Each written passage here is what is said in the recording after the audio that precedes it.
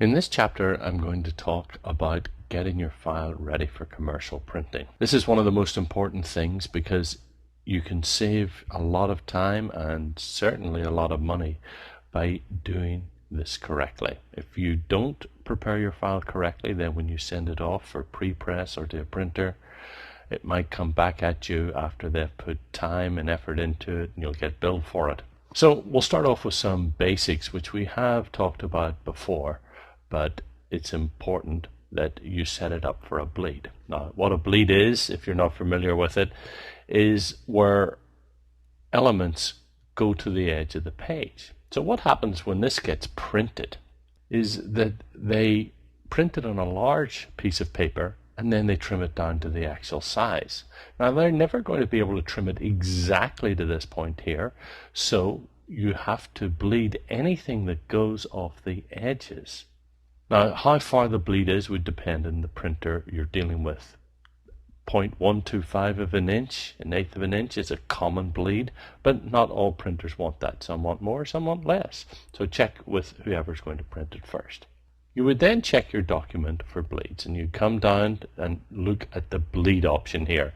It's also available up here. You can click on bleed like that, and that way you view your document. Let me just zoom out a bit, Command or Control minus, so that we can see it a little bit better here. There you can see we've got this area above the page, and you want to go through every page and make sure that anything that bleeds off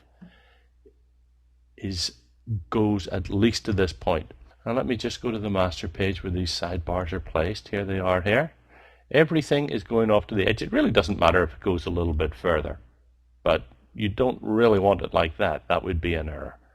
So you want to make sure it at least goes to the bleed limit. If I go down to my document setup here, you can see that I've got the bleed at 0.125. If it were something different, obviously we'd change that. So let me go to page 1 because I know I don't have it set up properly. Here, because we're viewing it in the bleed area, I can see this white area, and this has not been set up for a bleed, so I'm going to have to change it. So I'll just resize this black area here, and there are the bleeds set up. Anything that's going off the edge of the page is bleeding off there. I do have one other problem here, and let me zoom in the page, and that's the live area. Again, the live area will vary from press to press, so I'm going to say this 100 times during this chapter. It's something you've got to work with your commercial printer with. Live area is the area that text could appear in. Normally around a page, and I'll just go to the normal mode here, you would have it set up with a margin here that you wouldn't want any text or other items that are important going into. It's normally around an eighth of an inch to a quarter of an inch, and here I've probably got this text, peppers on both sides, a little bit too close to the edge because it might get cut off after it gets trimmed. If I go to preview mode there, you can see that I'm just about an eighth of an inch on the right hand side, but a little too close here. So in this particular case, I'd go over to my master page here and then just maybe adjust this over so that it's away from that eighth of an inch in here. There I've got a ruler, just move that over so it's like that. I could cheat a little bit and overlap it a little and probably get away with something like that, but you certainly don't want any text in this area.